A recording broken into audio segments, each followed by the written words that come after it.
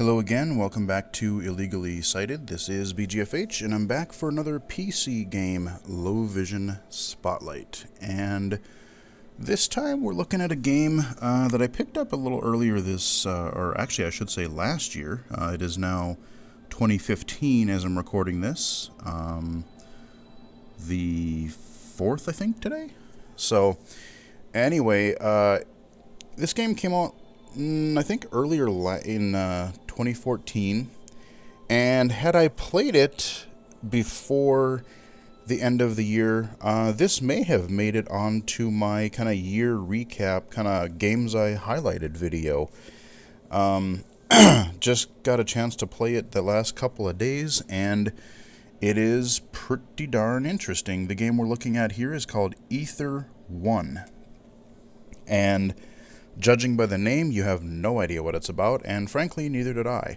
I looked at it on the Steam page, and I thought, I looked at the trailer, and it looked pretty interesting, and it kind of seemed, like an exploration-style game that I've been into lately, and it is. It's kind of a unique beast. So, we will dive right into it here, and I'm going to create a new game because I think it would just be easier. Technically I beat the game last night, but I'll get into why I say technically I beat the game a little bit later. Main menu here, and the options and things, everything is pretty good as far as, font size, contrast, that kind of thing. I will say, however, that depending on where you are in the game, I noticed that when I came back to it a couple times, just like the Valve Source games, Half-Life and Portal and things like that, depending on where you are in the story, your title screen will change. And, when I first started, I think it was just kind of this black background that said Ether 1, and now I'm getting scenes from different areas in the game. So, not a big deal, except, some of these may make the menu a little bit harder to see because it's not like a solid black background or whatever. Just pointing that out to you guys. Large print though, pretty easy to see. Not too bad. I'm going to do a new game here. And we are going to do the bottom one here. Okay. Let's go. And I'll explain things as we go, because it starts out a little bit slower.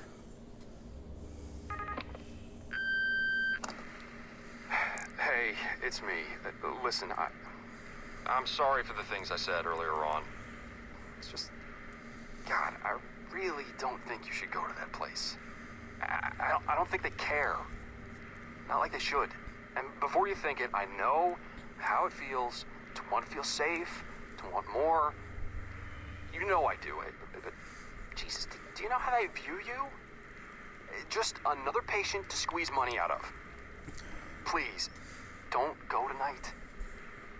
I'm freaking scared. For you and for me. Well, of course, with a message starting like that, nothing bad could go wrong at all. Of course not. So, you start out in this little elevator here, and like a couple of other games that I've covered on the channel, or probably by this point I have covered on the channel, especially the Splinter Cell, I like how they kind of put the words in the environment like that. I mean, it's not quite as, cool thematically as Splinter Cell Conviction, but, nevertheless, I like it. You back away, it gets smaller, you get closer, you can read it better. They put the actual key that you need to press in a highlighted color. That's good. So we are going to do what it says. We're going to open up this elevator. And I do like the fact that we do have 3 save slots, so I'm not locked in. There's been a couple of smaller indie games where, once you start the game, you have to finish it, or if you want to start it over for whatever reason, all of your progress is lost. So I really do appreciate, even though I'm really the only one playing on this computer, for reasons like recording these videos, I like the fact that I have multiple saves. Expanding the knowledge of our species. 1942. While last the world was at odds with itself. So you get a little bit of an intro here. I'm not going to listen to this whole thing, but look at this cool little thing, whatever the heck that is. That will definitely come into play later as the story goes. But getting a little bit of an idea of what this is. Basically, this place is, this Ether 1 is kind of like this telepathy, like psychology sort of weird thing, almost like an Inception, the video game, if you've ever seen the Inception movie. So, you know, we start out, we get this warning, we're like, okay. So obviously these guys are going to be the bad guys, right? Even though they're, you know, trying to help you. Sure they are. I will say that the story goes in some pretty interesting directions, and there's like little twists and turns all over the place. And the only thing that I will say as far as like the organization here and the overall story is the game ends up not quite where I thought it would, and in a pretty cool way. So that's all I'm going to say, aside from what you see in this video. So, you know, we'll do the other side over here first, because we're supposed to. Is that? It is? Oh, this is excellent. We're so glad to have you back. My name is Dr. Edmonds, but you can call me Phyllis if you like. Right. There should be a register on the reception desk. So once you've signed in, grab the key card from the top drawer and head on down. You will need it to gain access to the lower floors. Okay. So we will sign in, and we will open the drawer. You know, obviously it's just a nice little tutorial. Most games have that kind of thing. Oh, would you grab the key card, would you? Ugh, fine. You want to grab the damn key card?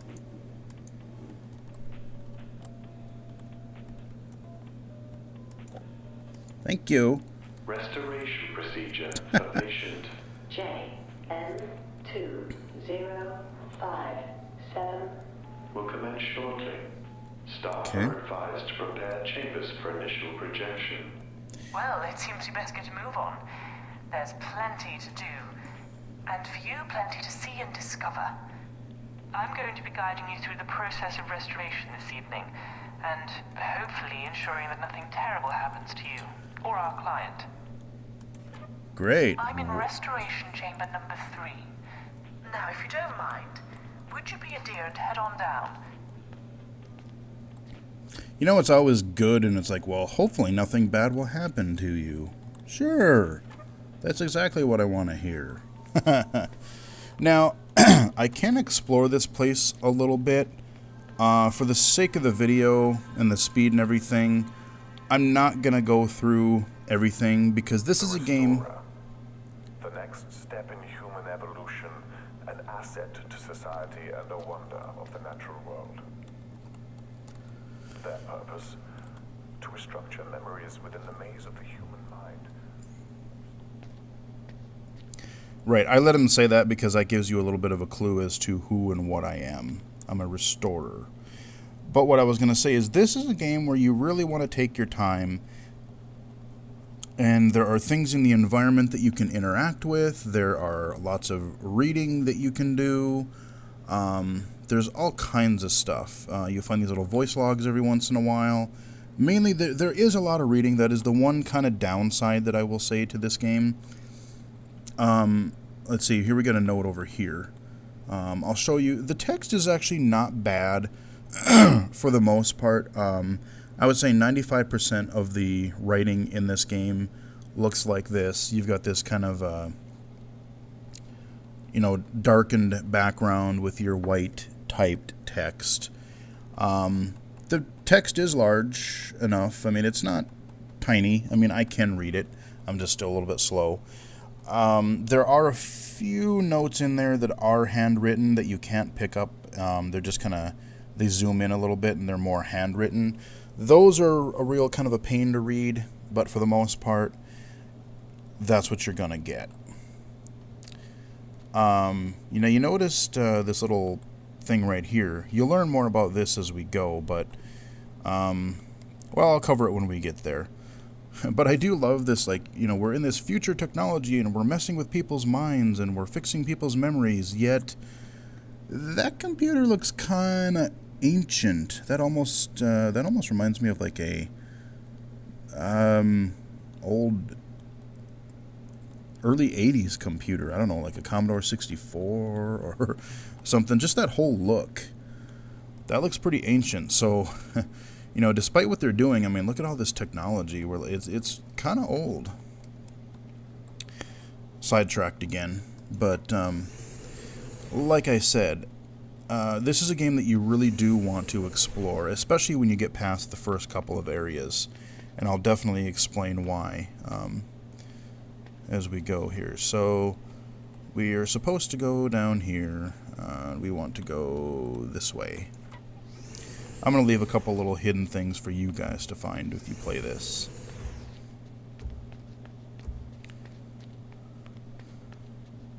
Okay, now we're going to get to our first kind of little tutorial for using our inventory and puzzle solving and such. Beautiful, isn't it? A miracle of the 20th century. That thing looks A window ancient. into the Look at minds of this. others and a tool to cure disease and illness. But Old it would be screens. nothing without the likes of you. I wouldn't sit in that, man. That looks horrifying. Right. Would you be a dear and help me with the setup? I need the electrical input for the Rembrandt installation rerouting. You can access it from that terminal over there. So if I hold my left mouse button, I don't pick it up, but I can actually see the description of what it is that I want to highlight. Now, one thing I think they could do a little bit better is, especially later in the game, there are so many things in the environment, and sometimes you're not exactly sure, like, if something is important or not, or if something can be manipulated or not. There will be things on a desk that you're like, oh, I thought I could grab that, and you really can't, or vice versa.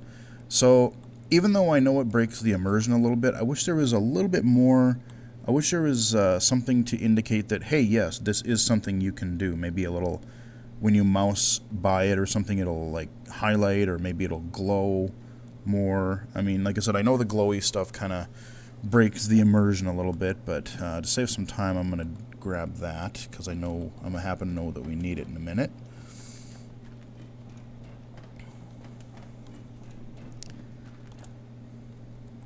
Alright, let's hit our button, shall we?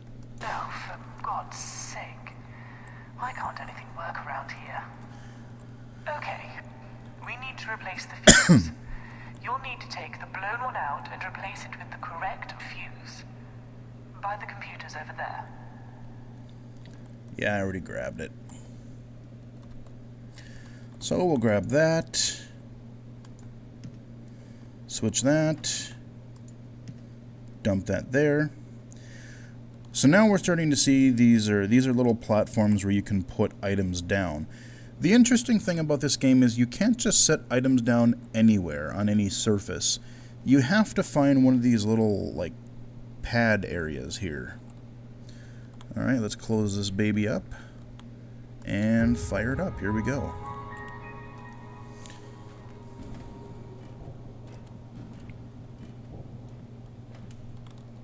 Oh, yeah, I hit the button, didn't I? Thought I did. That should Yeah, okay. do it. Right. Thought I did. Thank you for that. Always nice to get some help around here. Now, if you don't Yeah. mind, I think it's time to take a seat. Yeah, that looks like a dentist chair from hell. It's ancient and just, like, with all those crazy things up here, that's just kind of creepy looking. But because it's a video game, of course we're going to sit in this seat. Of course we are. Right. A few things before we project. Our client, Jean, is currently in a very delicate state. Our primary focus is to ensure that we clear this area of her mind from the plaque buildup that is causing the disease. All I can do is very slowly To look do that around. from within, we're going to need to use her own memories to reinforce the medical treatment she's receiving.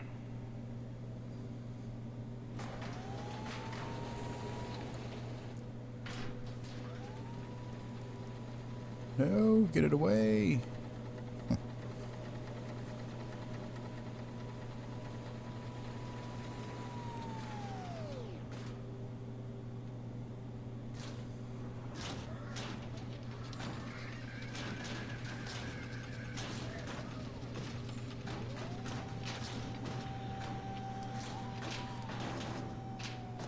God, it's just old and clunky. Are you ready? No. Or sure, why not?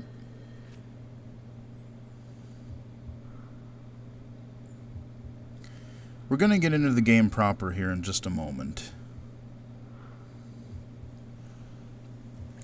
But I figured... I know this may feel a little strange, being new technology, but please don't worry about it. We all get used to change eventually, don't we?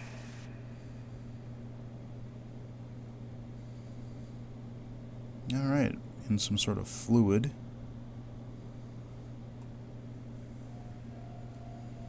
It's time. And remember, I will contact you when I'm ready. Just remember to pick up the armor.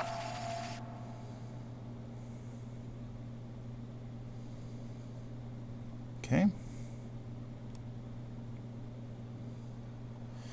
And here we are. Okay, listen up. You are in your case. You're probably going to come back here a lot, so please take some time to get acquainted with your surroundings. It keeps most restorers' sanity intact. For a short while, anyway. Reassuring. Very reassuring.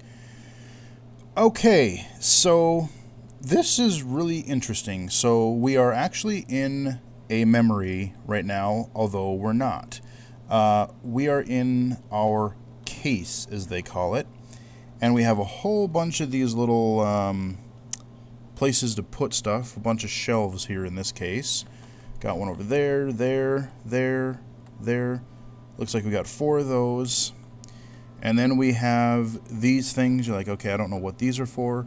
Those will come into play shortly after we get past this initial area.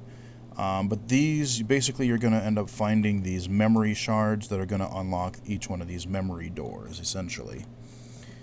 Go down here, you can get some other stuff down here. I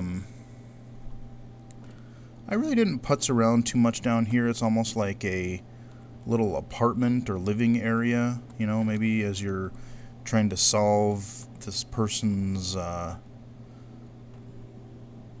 memory issues or whatever you're doing. So I can pick this up, I think. Yes, I can. And you can spin it, examine it, whatever. I'll grab it. You can do that. You know, it's just kind of a neat little, a very, very interesting way to present an inventory. Okay, I'm not sure how to get in there yet. Just giving you the quick tour. My ghetto shower over here. Yay! That doesn't look very good at all. It's like all ancient and just crappy. I love how I just love the disconnect between like this. Oh yeah, we have all this mind control technology and crazy stuff, but nah. Instead, we're gonna, you know, it's set to this really like, I don't want to say steampunk, but just really old ass technology. So, at any time, as it's been so diligently telling us, we can go to the actual memory that we are inhabiting right now. But before I do that, I am going to plop that down over here. Because the interesting thing with our inventory is we can only hold one item at a time. So if we want to carry something for the future, we dump it in our case. And this is going to be a map eventually. So I'll hit T, and boom, where the heck are we now? So, first thing we find, ooh, beer. So that was a good way to start, right? Maybe I'll start my alcohol shelf, maybe? Our sole purpose We'll start our is to winery track here. the memory and pinpoint its location so we can cleanse it of any disease present. Everything you're seeing in front of you is a visual environment pieced together from our client's subconscious mind. Barren wastelands or an abstract painting reimagined. It's all completely tangible. All I can see are brain scans of tissue degradation confirming my previous diagnosis of dementia. Both are incredibly important if we are to succeed and understand our client's needs. Now, if you just give me a second, I'll have some more details for you. Feel free to explore in the meantime. Alright then. I will say I like the art style in this. It's almost like a painted look. You know, it's not cel-shaded, but it's not realistic either. It's kind of got this, you know, like I said, kind of a painted, kind of a really just... I like the art style. It's really kind of neat. Especially in the types of, like, environments and the whole kind of, you know, abstract memory theme this whole game has going on. So, I like that. I think the art style works really well, and it looks like it looks like a really good game. I mean, visually it's a great looking game. I think I like it a lot. That looks really cool. I love the water effect out there, just the nice glare, and that looks really cool.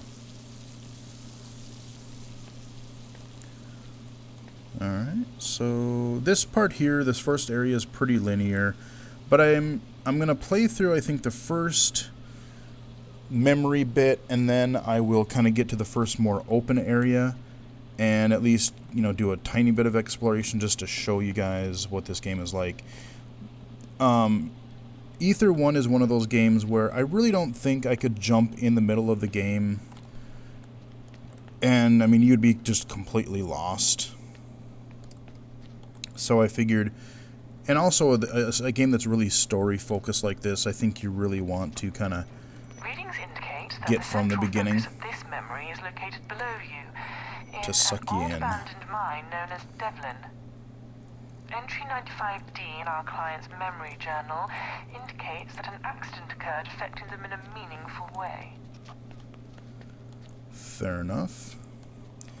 Now again, I skipped a little bit up there. There's a couple notes and stuff up there, but I don't believe there's anything really that I need. So again, I'm going to let you guys discover that because I just want to really get you interested in the game here. So naturally, we need a combination for that lock. Just so happens I know where that is.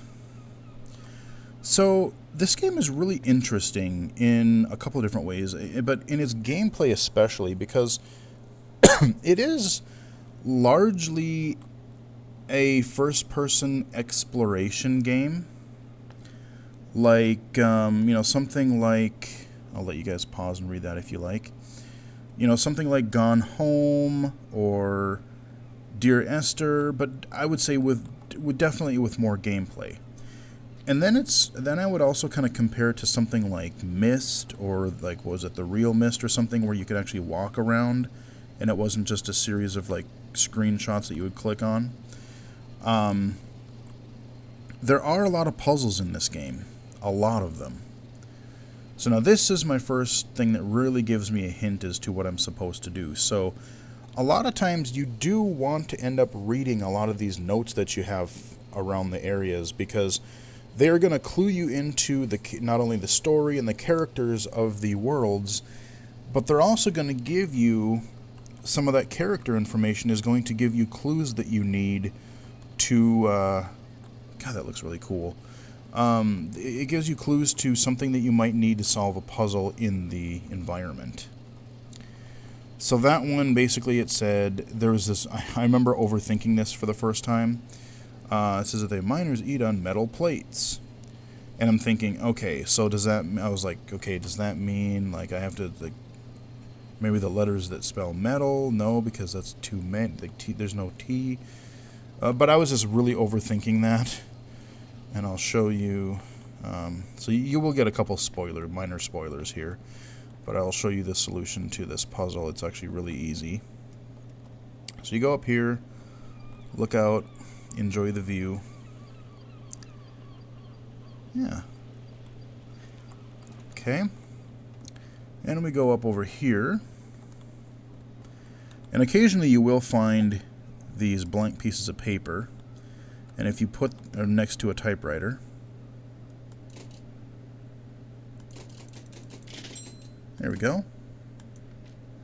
And then you can generate some stuff there.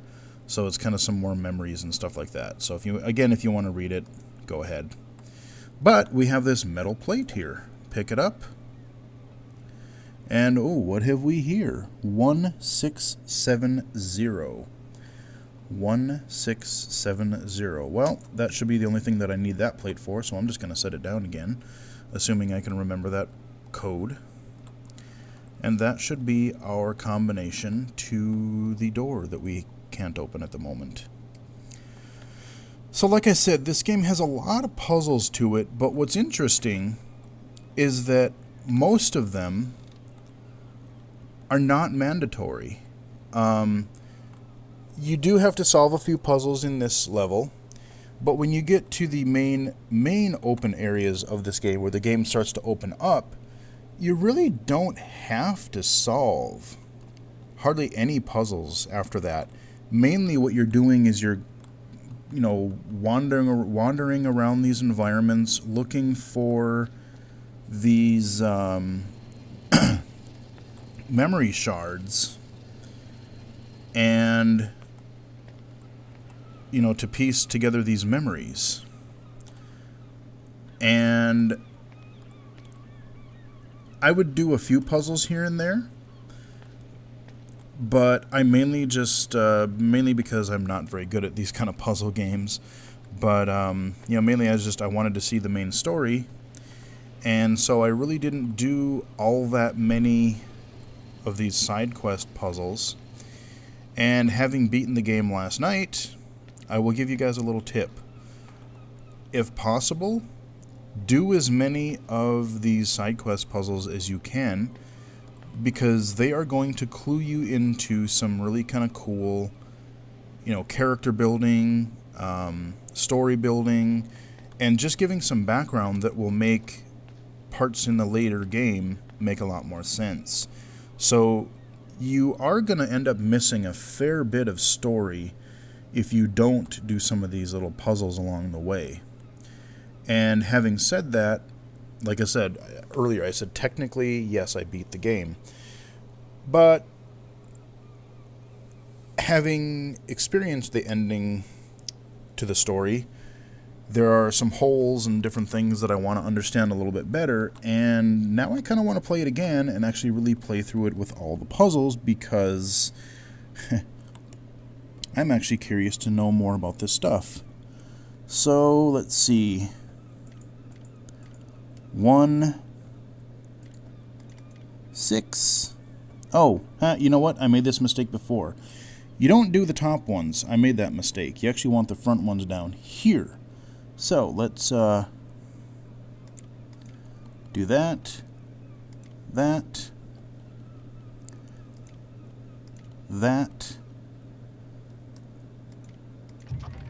and boom. Okay. There we go. So I've been digging a little deeper into our client's personal history, and I found details of a strong emotional response to someone who once worked within the mine.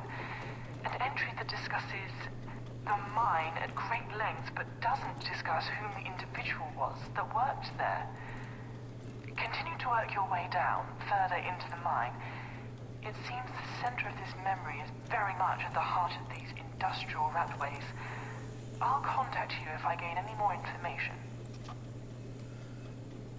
Okay, so now we've got another little puzzle that we have to do before we can go down. I forgot about this room.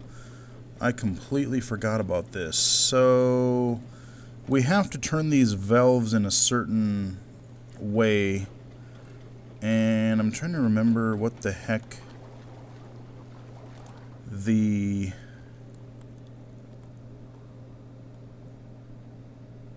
Okay, so...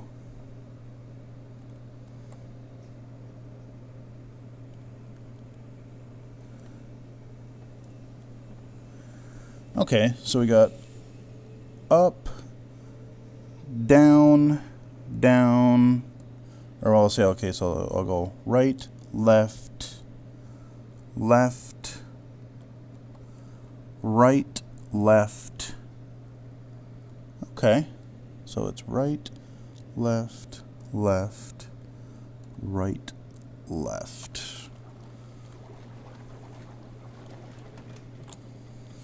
Okay, we will go solve this puzzle really quick.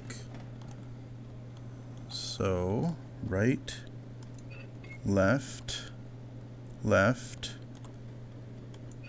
right, and left. That should work. If I hit the switch now, shaboom, we got it. That wasn't so difficult. So now we've drained the water that is in here. Now it'll actually let us use the elevator. So like I said, you have to pay attention not just to, you know, exploring the world, which is really interesting in itself, but you actually have to pay attention to, like I said, notes, little postings on the walls. Like in the mines later, there are things that you have to pay attention to there. You kind of have to be pretty observant and look at things that might happen to be a clue for you at some point. So this first area is pretty short. This will end up being kind of a long video, but I do want to at least give you a little bit of variety and show you a couple aspects of Ether 1.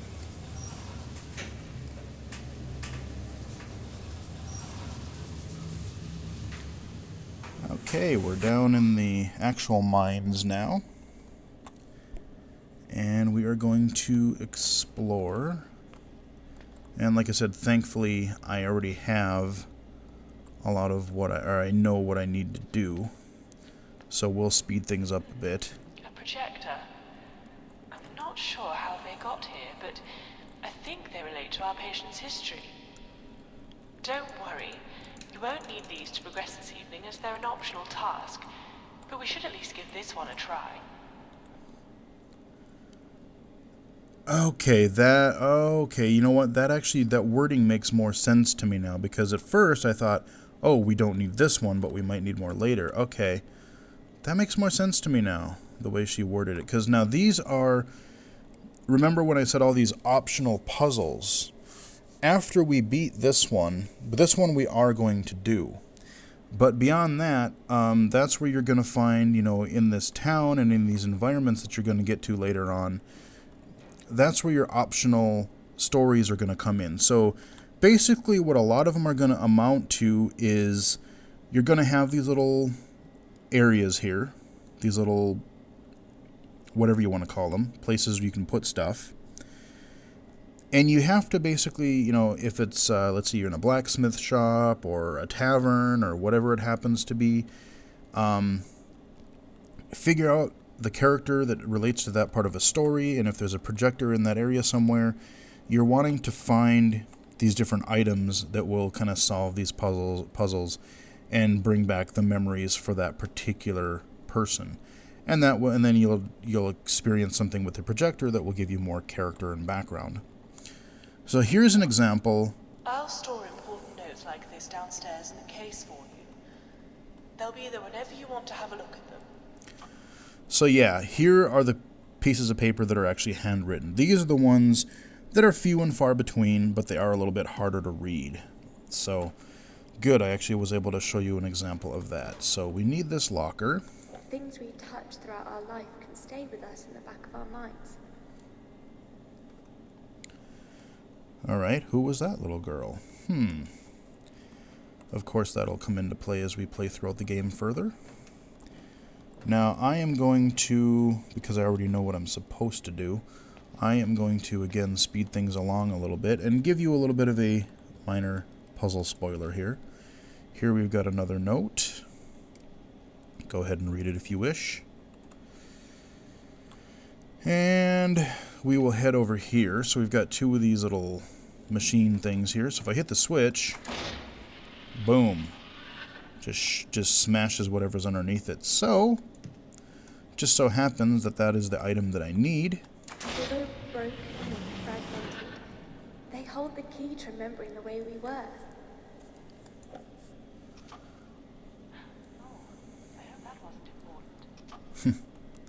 Alright, now we've got a broken bottle.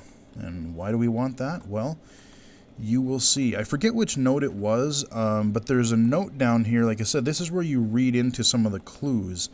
There's a guy down here talking about like the pressure of the, like, they need to ventilate the caverns a little bit because, you know, things are getting too smoky with the mining material and things like that. And so they're trying to relieve pressure on some of these valves and everything. So there's all kinds of stuff going on. And so that kind of clues you into what we could do. So we could, for instance, puncture holes in these pipes. Okay. Keep heading this way. Because if we continue on, there's a door that we can't get past. And we can relieve the pressure, and that makes it so that that door will go down. Minor little puzzle here. So what we're actually trying to do is we're going to get an item that will be used for that projector. So I can crouch, some kind of poem, yada yada. I'll let you guys read it if you wish. Again, keep on moving. And just because I can, you know. Slice it open. More water. I'm going to grab that in just a second, but if I remember right, I think there's another note down here that I don't have to get, but I guess I'll show you guys since we're down here anyway. There you go. More of that. So we've come to a dead end. This is kind of where the miners left off. Crouch under this. And I don't think we're gonna need that. Well, you know what? In case we need that bottle, I don't know if we will. Here is where our inventory comes in. I'm gonna set you down there. So like I said, I can only hold one item at a time. A spray of perfume and it all comes flooding back. Okay, we're gonna grab that book that we need. That is the item that we need to actually get past this area. And let's see, yeah, this way. Again, this part here is pretty linear, but I promise you the game drastically opens up. I mean, this is a tiny environment compared to some of the later ones that we get to see. This way. Yeah. Alright, we're good.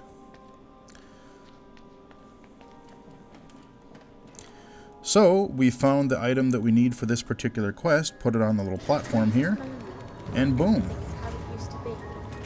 Now our projector comes to life. At roughly 3 p.m. today, we had a breakthrough. I sprayed a small amount of the perfume that the next of kin provided on the back of the armchair. Although there wasn't any verbal acknowledgement at this stage, I found that the patient seemed to be calm throughout the entire session.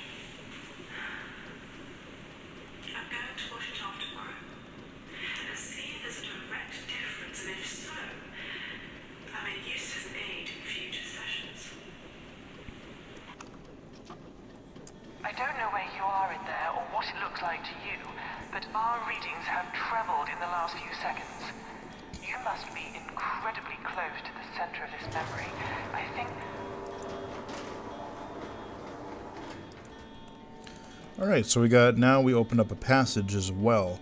So like I said, this particular projector is mandatory, but from this point on, they're really not. So again, that's where you're going to get some really interesting backstory, and again, that's where I need to play this game again to get some of that, because yeah, I kind of want to understand a little bit more of what's going on. Like I said, there's a lot of characters, there's a lot of little twists and things. There it is. Our readings, they're showing that this is what's causing the symptoms of dementia in our patient. Or at least it's part of what's causing it. Alright, so that should kind of look familiar. Remember the lobby when we first started? Destroy it any way you can. Once the task is done, I'll be able to extract you from the memory and place you in another. Okay. Oh, what a coincidence. We got one of these critters over here. So, we'll shove that on there. And... God's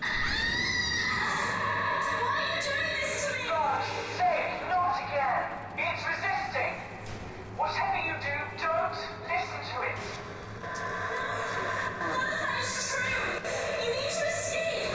It's trying to stay attached to the mind in any way it can.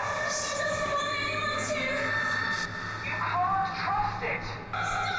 Hit the switch, Restorer! Destroy it so we can access further parts of the mind! yeah, I can't. I don't think. Oh, yeah, I can.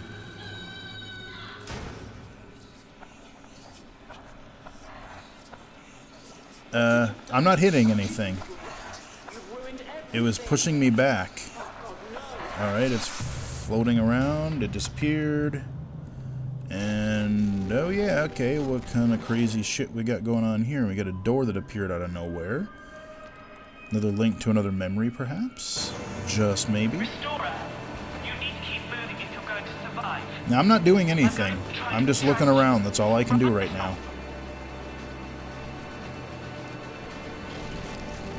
So, things may have just taken a darker turn, maybe? Again, I'm not going to say one way or another, because it is actually kind of interesting, and maybe not quite what you think. Okay. You know, this makes a lot more sense to me now that I've actually played through the game. Some of the stuff I'm seeing, yeah. Whoa, okay.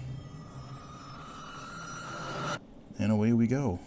Moments, like stars, are passing me by, burning so bright and so fast as if they never truly existed at all. They're so beautiful, so fragile. I want to hold on to them. I want to hold on and never let them go. Okay. Why can't I hold on anymore? Please. So the game just isn't about memories. I mean, there's some really... Restorer? Okay. Can you hear me? Ah, there you are. I'm sorry. What you've just experienced was a relapse of our patient's condition. Hopefully you didn't cause too much damage whilst inside. Now, the objective as stated is to locate Jean's artifact. At this present moment in time, we don't know what this item is. We need to gather information from important memories our client can still understand. Their core memories. Right, so now we've got a map, and there are actually like 4 different areas to this world, and this is actually a pretty small one, but yeah, there's some pretty large environments in this game. So we're just going to hit T, and hello, new memory or new environment. So again, I'm not going to play very far into this. There's 1 or 2 other things that I'll show you really quickly. But this should give you an idea what Ether 1 is kind of like. I'm not really going to solve any more puzzles for you. Like I said, to be honest with you, I haven't solved all that many more myself. I've kind of just done these whole memory fragment things, which I do want to show you one of those just so you can see and how that fits into your case that we were just in. So we started in this house, but yeah, like I said, it's not just about like memory, like it's about family and like all kinds of interesting things. There's this whole like mine going out of business and like You know, the industrial stuff is not really, you know, it's kind of starting to go by the wayside a little bit more, and just people are really having more trouble. I don't know if I'm going to need that, but let's see, this is where I start becoming a klepto, because, like I said, I don't know what I need, so, well, why don't you let me put it in there? What the hell? Okay. Whatever. You finally let me do it. And, aha. Just a side note, any items you pick up can be stored in the case, should you want to. Should I want to, of course. I must expand my growing bottle collection. So, you know, it is kind of, you know, it's definitely a different way to do the inventory. But in a way, I kind of like it, because it is an interesting way to, like I said, you're grabbing so much stuff, and it kind of ties into like the whole memory thing, because let's say you've got all these fragments of stuff that are just, you know, going around, and you're trying to piece things together and solve, you know, figure out how things, you know, fit together with each other. You can kind of just go into your little case thing here. Make sense of all of this. Explore whatever you can, and I'll keep in contact with any new information. So it's kind of a, you know, like I said, I can organize things by category, you know, I can put all my, like, my bottles over here. Maybe I can put certain, you know, all my stuff from one memory in one shelf and one in another shelf, or however I want to do it. Move things around a little bit, you know, all that kind of thing there. So, and it doesn't take that long to pop from the real world or your actual memory into this other case thing. So it's really not that big a deal. Really didn't have much of a problem with it at all. The only thing is, like I said, I got to do a lot more reading to figure out where all these items go. So I happen to know there's a memory in here. So I'm going to show you. Just walk around a little bit here. And you'll get these weird, like, little notes in the environment that you'll find too, and just weird things like, remember to brush your teeth, or remember that to do this first before that. You know, like little daily or little things that, like, obviously. But if you're dealing with like a delusional person or something, you know, a person who's kind of lost their mind, you know, that kind of makes sense that you would have little weird things like that. At first you're like, why would that be there? More beer. Sure. Why not? Bink. There. Now I have ample for now. So, here is our memory shard. Now listen to the audio. When you're going throughout the environments, you kind of hear these weird little whisper voices. And that clues you into the fact that there is a memory nearby. Now, it does throw you off a little bit sometimes, because sometimes they sound really close and they're actually like either above or below you or through a wall. So there's been a couple that I'm like, where the heck is this thing? But in general, these are really not that hard to find. You know, you don't have to solve any real puzzles to get them. They're not like hidden up on some thing somewhere. They're basically at this height in the environment somewhere. They could be on a railing. They could be in a corner by a wall. They could be wherever. You found one. A memory fragment. Good work. A ribbon. This must be Jean's representation of them within her mind. Okay. So, if I go back to my case. Interesting. Her memory fragments are in the form of ribbons. I'm going to store them here for you from now on. Right. Let's try to make some sense out of all of this. So, basically in each one of these environments, you got a case for each little area, and you are trying to collect 8 ribbons in each area, and then it'll pop something up here, and it'll allow you to open up the door that corresponds with that particular ribbon memory. And those are just some really interesting, they're short flashbacks that I'm not going to really spoil anything, but they're pretty interesting.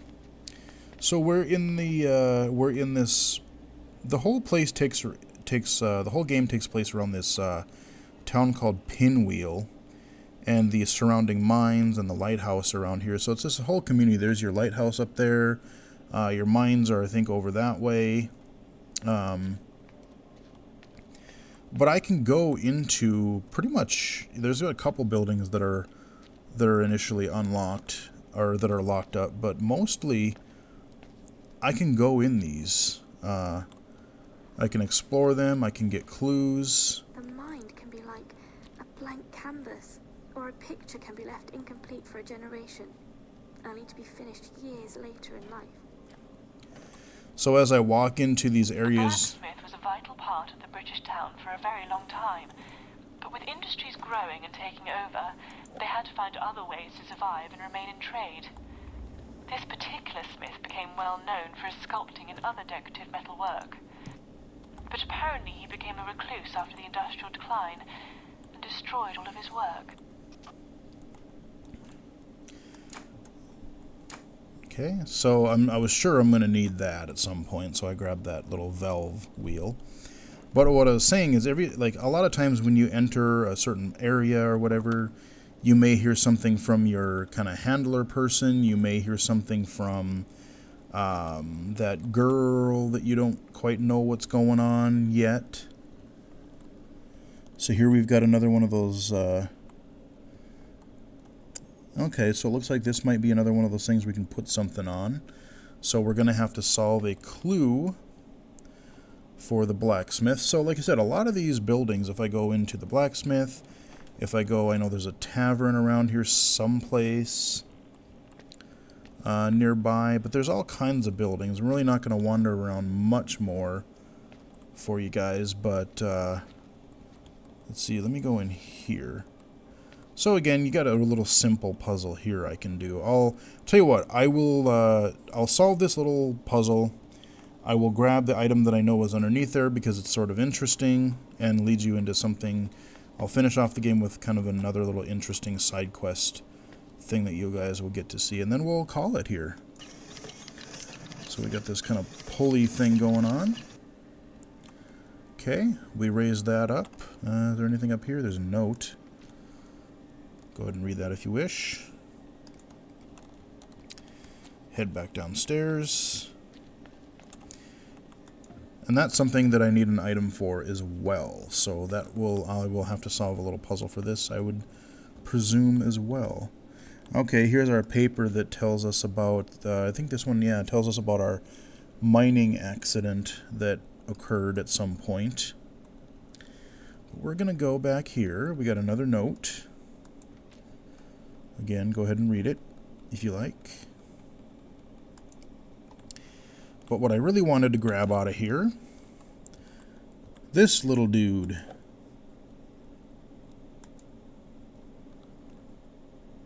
Okay, that's weird. He didn't actually talk. Let me try to pick him up again one more time. Really? Usually when I pick him up, he starts the story right away. Well, that's a bummer. I don't know how to make him talk. Basically what happens is I find these little characters, and there's this other narrator that's telling this other story. I forget what it's called, but, wonder why he's not talking. Let me put him down over here. I don't know, guys. I apologize. I was hoping that we'd get to hear that story. But eventually, I don't know if you play around with it or whatever, you will figure that out. Like I said, I don't know why it didn't happen. Every other time I picked it up, it did. So you will get to hear kind of this interesting story, and you'll just get little bits and pieces of it. So this will only tell like the very beginning. And then I think as you find other items in the environment or the different levels, you'll also get to hear this little side story that these kids are telling. So, that is Ether 1. It is available on Steam right now. I'm not sure. I'm guessing it's probably, if I had to guess, I'm guessing it's probably $15-20 on Steam, regular price.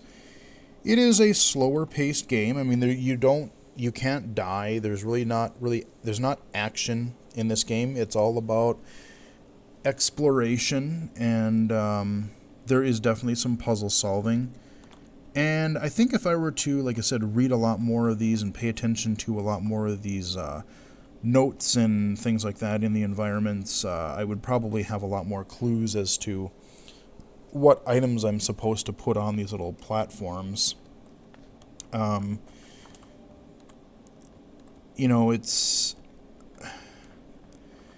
I do want to experience the rest of the story, because it is pretty interesting. So if you're looking for something that's, like I said, you get home and you just want to... 10 people. A small wedding. But moving country means making a new life and new friends. Okay. Every town has its own May Day celebration, but many people travelled from around the British Isles for the annual Pinwheel Maypole Morris dancing competition. Such a beautiful English tradition, and a rare thing these days. So again, I entered this house. I didn't mean to trigger more dialogue, but like I said, I was going to find... Here's another thing where I'm going to have to put an item down to solve another puzzle.